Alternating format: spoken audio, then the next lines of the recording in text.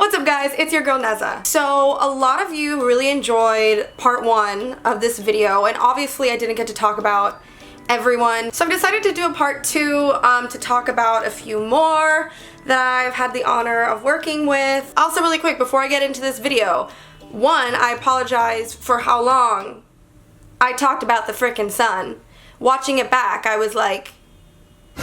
Also, before I get into this, like, so many of you were commenting, like, what tea? Like, where's the tea, sis? You didn't spill any tea. But, like, does tea have to be negative? Does it have to be bad tea? By me sharing my experiences with these artists and basically telling you about what went down and everything, isn't that me just spilling the tea on my personal experience? Yeah, anyways, I just like to keep my channel a very I like to keep my channel a very happy, positive space. So if you're looking for someone to be bad-mouthing on other people, it's not gonna happen here. Alright, so let's just get into this. So the first one I want to talk about today is Kevin Hart. I was a dancer slash like cheerleader for the Madden 15 video game commercial. Man season is the reason my hand touched your face. That time of year is finally here when I put you in your place. The more I talk about these things with you guys, the more I'm realizing how many jobs I've done where I didn't know who I was working with. So when my agent called and said that I booked this job, I did know that I was dancing for a Madden video game commercial. So I did know that. I was not told that it was a Kevin Hart commercial. So I am a huge Kevin Hart fan. I can't tell you how many times I've watched his comedy specials. I've been to a few shows. For my sister's birthday last year, we went to one of his shows. So we go into rehearsals. It was me and all the other girls that got booked for this job. We were like the cheerleaders. And then later on in rehearsal, they finally tell us like, oh, it's Kevin Hart.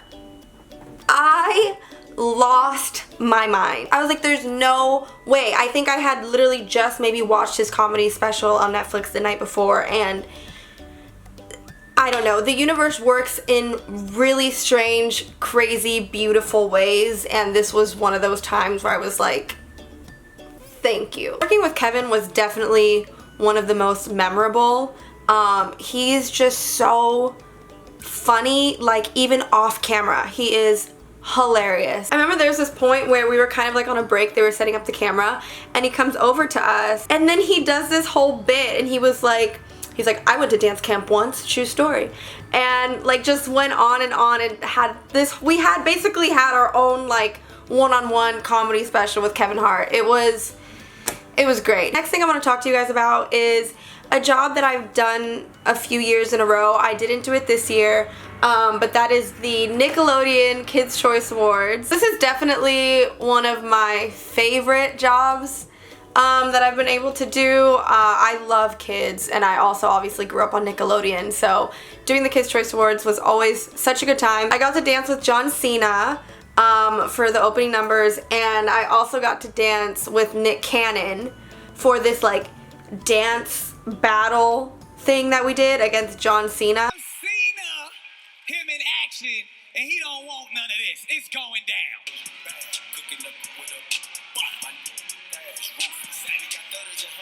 So yeah, John Cena was so nice. He is a large human being, and I don't just mean like very muscular, just as a whole, just a lot of human. He was so nice and so fun, and every time he came into rehearsals to rehearse with us, he was just so like about it, and was just so, I don't know, was just so in it, and it's so cool to come across like, you know, celebrities that don't dance but like are so willing to just like, you know, look goofy. And yeah, what people don't know is that we actually prepared 3 different dances for that because the kids got to vote what style of dance they wanted us to battle in. Obviously everyone chose hip-hop because, like, you know, the 3 styles that the kids could choose from were hip-hop, ballet, and like Latin salsa. But we were prepared, okay? We had a whole salsa routine ready to go in case the kids chose salsa. We had a whole ballet routine in case, like, you know, the kids wanted to see that. I thought that ballet was gonna win because the thought of John Cena in a tutu would have just been so funny. So, funny story, I actually was the one during the ballet number that John Cena had to like lift onto his shoulders. Yeah, he was just so much fun to work with, and he nailed it every time. Like, I would do this like ballet spin in front of him, and then he would just lift me from my hips and like place me on his shoulder, and then we would just like do this like 360 turn. But yeah, we obviously didn't get to perform that one, but I will never forget doing ballet with John Cena. Last but not least, this is the one that everyone was commenting about because I obviously didn't talk about it, and it's the most recent one. It happened 2 months ago. So I had the honor of dancing for Black on his Jimmy Kimmel performance. For the song Pretty Little Fears, Grammy nominee Black. Do better, who better, you better. Been around like hella propellers. Wanna know who you with, don't tell them. Come on, fellas. Bear with me, this might be a little long just because so much happened, like even before I booked this, and I just have to tell you guys this story because I haven't talked about it on camera. So when I got the call about this audition, I was actually in the Bay Area. I was visiting my family, and my agents called. They're like, you have a Black audition tomorrow, and so like you gotta come back, basically. I was in the Bay Area buying my new car, which I don't think I've talked about on here. I finally have a new car. As you guys know, if you've been following me, I was in 2 car accidents, 2 really bad car accidents. I get the call from my agents about the audition, and obviously I had to race back from the Bay. So I literally just get in my car and just start driving back to LA. So I obviously have already had the worst luck with cars in the past 6 months. My first car got totaled. The rental car that I was in 3 weeks later also got totaled. Both accidents were so crazy and not my fault. I got hit from behind both times, and I get in my car to drive back to LA. I'm on the 5. We're like 2 hours in. A rock flies at my windshield and cracks it. This is my new car. I've had it for less than 24 hours, okay? So imagine my frustration and imagine just like my disbelief. I actually pulled over and called my parents and cried for a good 20 minutes because I could not believe it. I was like, what are the odds of that? Like, I have never had a rock like fly at my windshield. I have done that drive at least 100 times from the Bay Area to LA. I have never had anything fly at my car. I've never had anything like that happen. So I was just like, come the morning of the audition, I, was like, you know what, don't let that get you down. Like, just go to the audition. Like, it'll get your mind off of your car, basically. So I get up and I go, and I walk into the audition, and there was maybe like 8 girls. So obviously this was like a private call. A lot of the times in the industry, either when jobs are last minute or, if the choreographers just don't want to deal with like a big, massive audition, they'll do a private call where they'll specifically choose, a small group of dancers to come audition for them. So that basically is what happened. There's like 8 or 10 of us, and we're just like waiting for Charm LaDonna, who I have always wanted to work with. He's one of my favorite choreographers. I can only hope that when I am on my world tour one day, that she is my choreographer. I love Charm so much. So in walks Charm, and she's kind of giving us the lowdown of what she wants. So basically it was a freestyle audition. There was no choreography. They had kind of like the set up. There was like the bus bench and like a lamppost and stuff. She's like, start on the bench and then make your way here and then freestyle to that spot and then make your way back to the bench.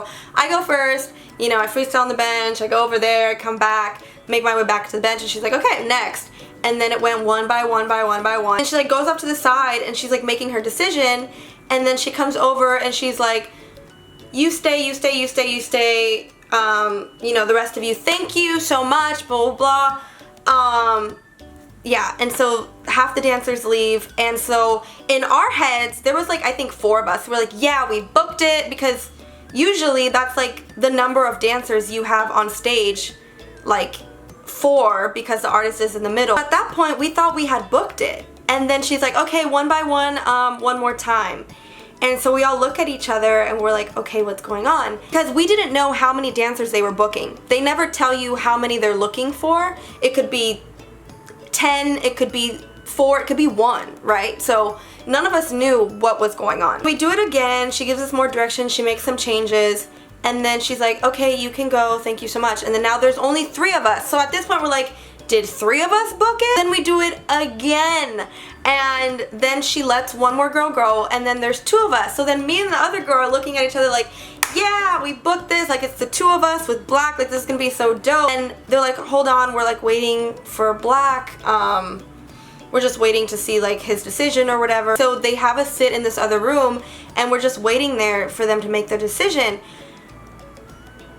I have never, it has never ever in my whole dance career come down to me or one other girl. Like, I've never been in that position. It is so nerve-wracking. I like couldn't breathe. Obviously, you know, she comes in with her decision and she walks into the room and she goes, Vanessa, please stay. I'm gonna like cry. So our agents did tell us that if we booked this, that rehearsals were gonna start right away, like right after the audition, like because Jimmy Kimmel was the next day. So yeah, I booked it and then went straight into rehearsals. We were there for like till late at night.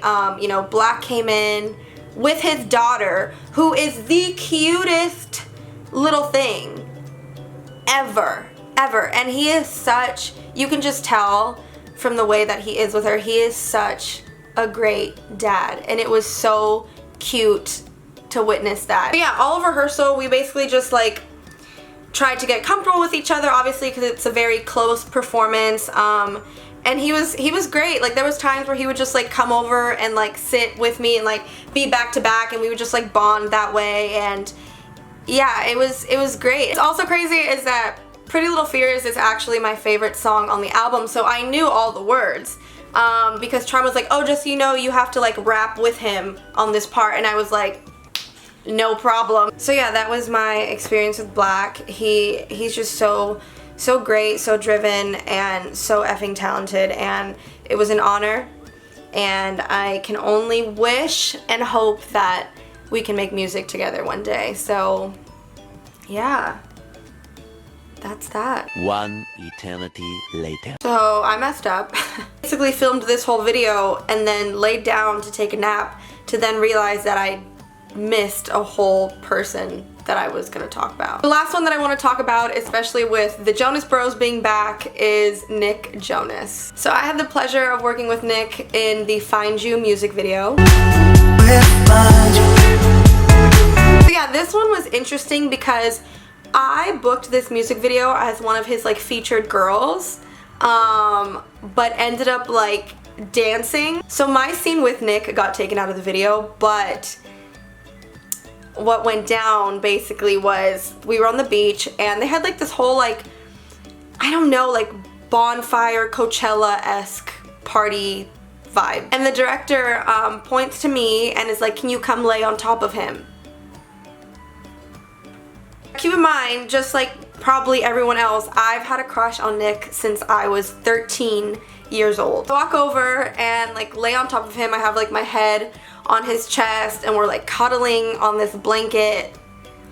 Now, if you've ever been to Pismo, you know that the winds can be crazy strong to the point where it's literally just throwing sand into the air. Unfortunately, that was like a big problem.